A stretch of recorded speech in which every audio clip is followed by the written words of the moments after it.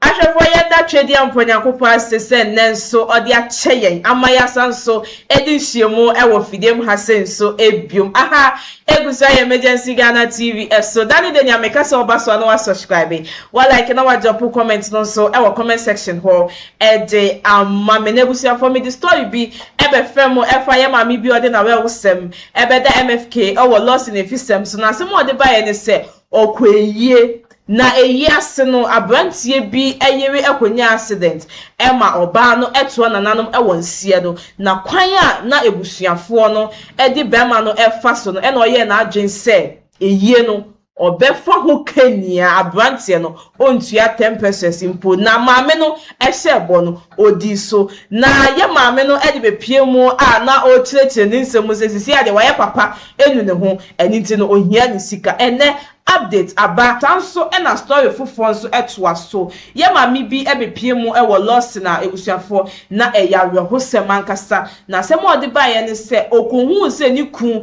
eni oba ejina ho enti one de suspect se na ni ku no eni oba no etwempna eni nti no obodua ka se ni ku no eyi sika e de mo oba na nsuo sei enye den enya no na nsuo no eye den edaneye edi eduabo no esa so bre oba na nkasa eni nti no odni ni ku no ebepie mu ewo loss e ma ni chechi nsemu epa ni ku acho ene update aba ewo sa asem no nti busiafo ye nsem ene ko ni nkoti update sani awadi kan aboya mane no aha eye afisem oha no kire wo so na wonya ba bi mfa ifie he ya na saudi ba hana anomu ya ni nyina no onsa ebetumi aka production line no na edaso no dika krafa na troto ho na ama enuru ha nsa na wabusa fasie wobetumi asave wo phone so eduru ha na chese wo fra no no enura na maame adwoa mansa ebowura fie ha yetiefo ne ahwefo be kai a maame no ba no na asemo eso no sane etie nie ono na eboya mane se obi funu ho pa obi funu ho pa oje eye wadwuma kitikiti anya asam ketwa na emfie aduonum yansani 23 years ni na oboka enye obi ase abrante bi efrem teacher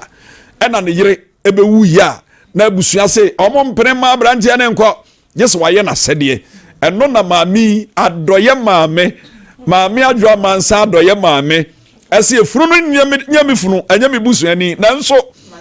teacher amebua oji funu no boso eto ne ma bi esese woto ede bua mo de ye eto adaka eto ne ma keka ho enku ne eho lafenta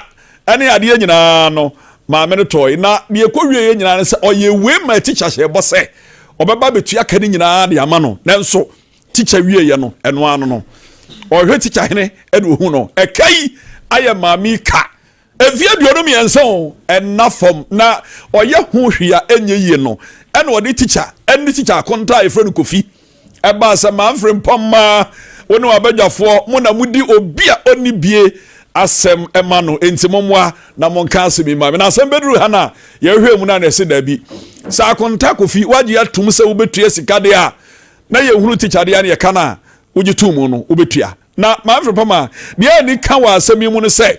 aha eniama ototo ya wode ya yin nyina na eda afidikase yesu yi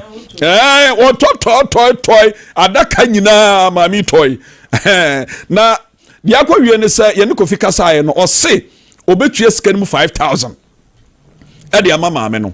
5000 no enra me no kasa ya wasend mu 2000 de aba enti aka 3000 a ye hwe ne kwan ya enche wose bosumu ye nkwa na wie ye no what is 3,000 aka no ebeba na still yegusu a ye twen say ye sabeka teacher ye ka kire no teacher so aye ho adwuma de man from adaroma asem ye ba ya yetu ho na mo de akowie ne say kofi ade atum say obetua 5,000 emu 2,000 aba bedu fie ha afisem ewo ho no afisem ka so me so get good results kai sa case we ehia manfo papa da bia metena se ya comment ba social media se ye maame oba ya ne ho tesen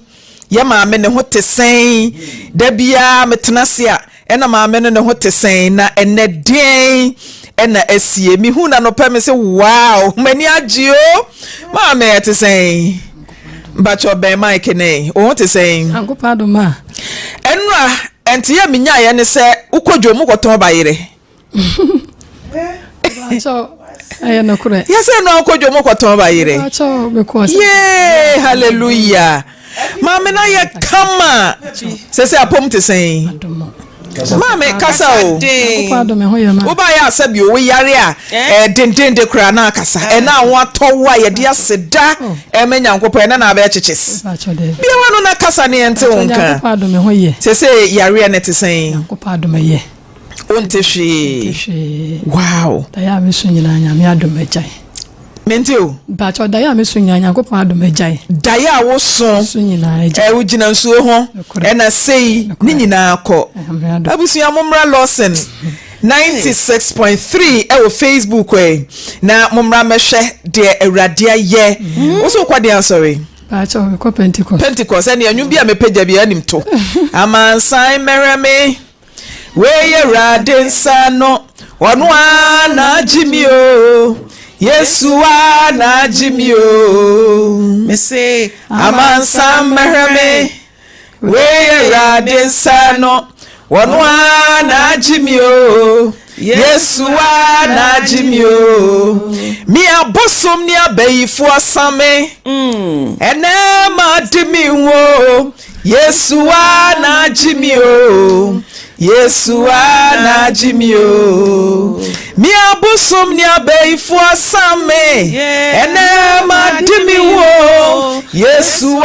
na jimio Yesu na jimio eti mo mayantu ai amansa merame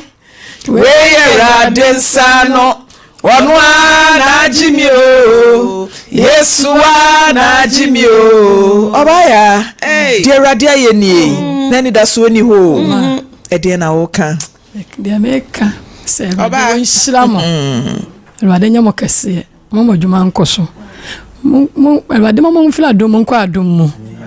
baby akuta how bia me shame bosse omra Lawson FM ha na rwade ba na moso ama na ye nshira me da wase na me nshira mo na me nyamo kase omo mo ho ban mo madwuma nko nanim amen aseda na me de mamo amen ti oba ye ba be tiefo ni ahwefo a wo madam mo mani di wo case nachi say ye nhwe mami sen na ne ho tie na ye hwe before and after was you hwe mi photo ye kura mi na hwene pepenso radidi mabedru die me ka se radi aye bi anwanwa adwuma na wo yo Sanchreni anoyo anwanwa juma na woyo Sanchreni anoyo adia Yesu ayamamia yede nyame ase ye na radi ase lokosem se wotra se ema yare bibi how asem how na ye wa na wa ye na se say ene wade no ho ene akoton ne bayire so ahunu oba papi cheze mu Facebook fo no se mani chia na mo pese mu tie me fo an die so oba papi say o say she looks good but wig we die o wig no so dey no dey wa brashi ko na nim sa no o wig na your front ana o wig na your front ana closure Baba Christy enti mutu wenyi na wonkwa na wo se wigi onye o se de nuane kwaku yeboa so amza kwaku yeboa toma no so the aba she looks good over wigi we dear o wigi na dia no odi o na to ne da ben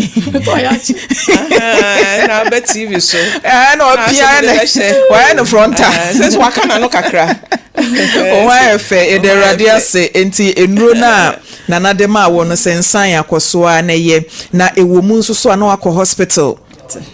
why ewomu a na akọ hospital no akoye check up wama doctors nso ahwɛ na ase tu krakrakrakrakra ye behu wo no na kyese wa free tebia foforo mu asan kwa ama na broso ama ye why nti wo ma no ata besra ye eno ne hia ne yehu se de ne emekọ why mama yesi ope ntokwa nsusu nti sese ne de afa wani so no obi aka wa ye din ensa nkokon tokwa bia na obi amfese ankusa wate all right nti abusua na de sa update we akwakwesi nti mu ada ne da mu bisa oba ya ne hotesen no ne de akwakwawie enie ebusia for mi do bibia so jibe ma yokohwe video no ba ebusia for sisi ano update aba was asem no ehono no na second story no yesre enye futusem kese mfa manyen ya yebie ya no na yebodua no yemfentu ye hofo esanse enye situation bia na yebebie ya no aka se enye obi yensha no so the wia yesi fa bodua wo krom ha na ya ye too much asem no uni ho hwe na so wa akobie wa no abodua ewia na asanso adamne abawoso nti yesre ye maami no ho atono sine ye maami etu no fo no the wia yesi na no ye ya odi nkofo atem no make sure say we fi asem we mu no onsanso enko yesa biom ebusiafo ha ela bidi mo ebesi channel so be subscribe na wa like na wa drop comment no so comment section ho edi amiti so ane keche mami esi nsm ebesanso edi nhye mo e wo fidem hasen so ebiom ebusiafo makra